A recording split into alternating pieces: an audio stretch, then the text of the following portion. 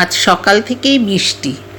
ভেবেছিলাম একবার খিচুড়িই বসিয়ে দেব, কিন্তু সবাই বলল রিসেন্ট খিচুড়ি খেয়েছি, আজকে আর খিচুড়ি কেউ খাবো না। সেই জন্য আর ভাত বসিয়ে দিলাম। আর ভাত করতে হলে তো জানোই বিভিন্ন রকম রেসিপি করতে হয়। আজকে আমার লাঞ্চ থালিতে রয়েছে ভাত, লাল শাক বা নোটে শাক, আমি বেগুন আর পেঁয়াজ ভেজে করেছি, আর করেছি মাছের ডিমের ঝুড়ি, আর রয়েছে চিকেন কষা, আম ডাল, আর শেষ পাতে রয়েছে রায়তা, ঘরে পাতা টক দই দিয়ে করেছি।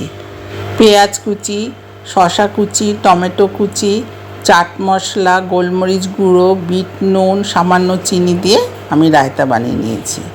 এই রকমই ছিল আমার বৃহস্পতিবারের লাঞ্চ থালি। তোমাদের যদি এই লাঞ্চ থালিটা ভালো লেগে থাকে তাহলে একটা লাইক করে দিও। আজকের মতন টাটা। কালকে দেখা হবে তোমাদের পছন্দের একটা নতুন লাঞ্চ থালি নিয়ে। Thanks for watching.